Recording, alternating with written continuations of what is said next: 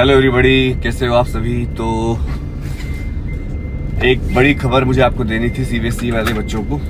तो अब चूंकि एग्ज़ाम जानकारी पर हम सरकारी नौकरियों के समाचार भी कोशिश कर रहे हैं कवर करने के, और हम कर भी रहे हैं। तो अब आपको एग्ज़ाम जानकारी पर सरकारी नौकरियों की खबर भी मिलेगी और कॉलेजों के एडमिशन वगैरह के बारे में भी हम खबर आपको कवर करेंगे। तो फिलहाल जो खबर मेरे पास आई है सीबीएसई के बारे में, वो ये है कि जो टेंटेटिव डेट शीट अभी सीबीएसई ने दी है उसका काफ़ी ज़्यादा समर्थन नहीं हो रहा है। काफ़ी लोग ज़्यादा उससे खुश नहीं हैं। तो ऐसी हमें सूचना मिल रही है कि ये डेट शीट अब आपकी जो है, इस पर विचार किया जाएगा बदलने के लिए इसको।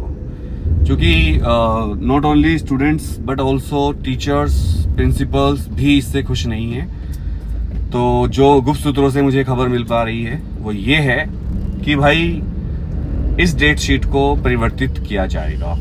वैसे भी इस डेट शीट को अगर आप ध्यान से देखोगे तो प्यारे बच्चों, इसमें गैप बहुत कम है।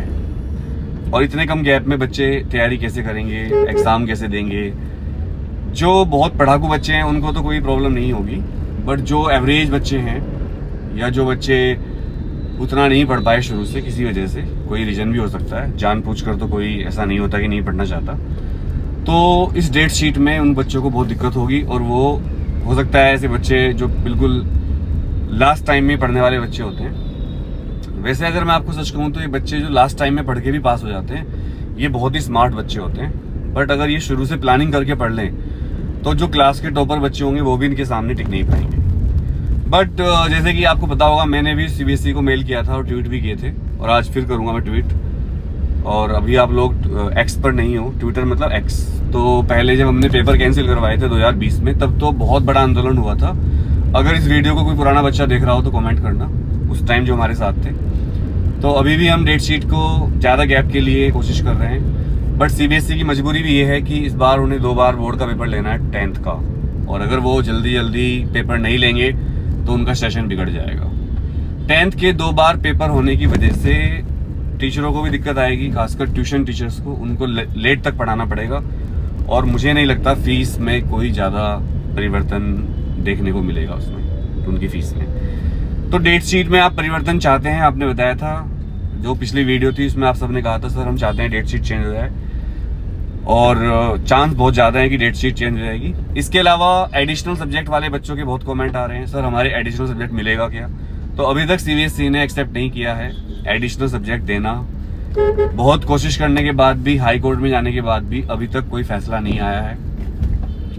एंड आई होप कि आपको एडिशनल सब्जेक्ट मिल जाएगा, भगवान ने चाहा तो। बट फिलहाल मैं आपको कोई झूठी होप तो नहीं देना चाहता, पर हाँ उम्मीद है कि एडिशनल सब्जेक्ट इस साल कम से कम आपको चांस मिलेगा। तो जो बच्चे एडिशनल सब्जेक्ट के भरोसे प्राइवेट फॉर्म भरने वाले थे या भर चुके हैं या भरेंगे, वो बच्चे अभी उम्मीद मत खोइए, अभी आपको चांस मिल सकता है। इसके अलावा एक तीसरी खबर ये भी है सीबीएसई के बच्चों के लिए, single girl child scholarship live है, आप उसके फॉर्म भर दीजिए। अगर आप अकेली बच्ची हो, अकेली गर्ल स्टूडेंट हो अपने घर की, एक ही बच्चा है और वो लड़की है, तो ऐसे बच्चों को सरकार स्कॉलरशिप दे रही है, और वो स्कॉलरशिप आपको पर मंथ मिलेगी। काफ़ी हैंडसम स्कॉलरशिप है, तो आप उसके लिए अप्लाई कर दीजिए और उसका फ़ायदा उठाइए सरकारी योजनाओं का।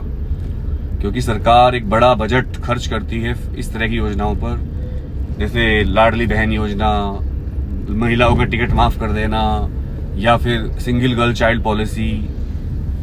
तो ये फ़ायदा है, इसको उठाइए। वैसे इस तरह की पॉलिसी से एक नुकसान भी होगा कि कुछ लोग जिनकी एक ही लड़की है वो इसके लालच में आगे मतलब ये मेरा पर्सनल थॉट है, वो फिर आगे संतान उत्पत्ति नहीं करेंगे और फिर इससे आगे दुष्परिणाम होंगे।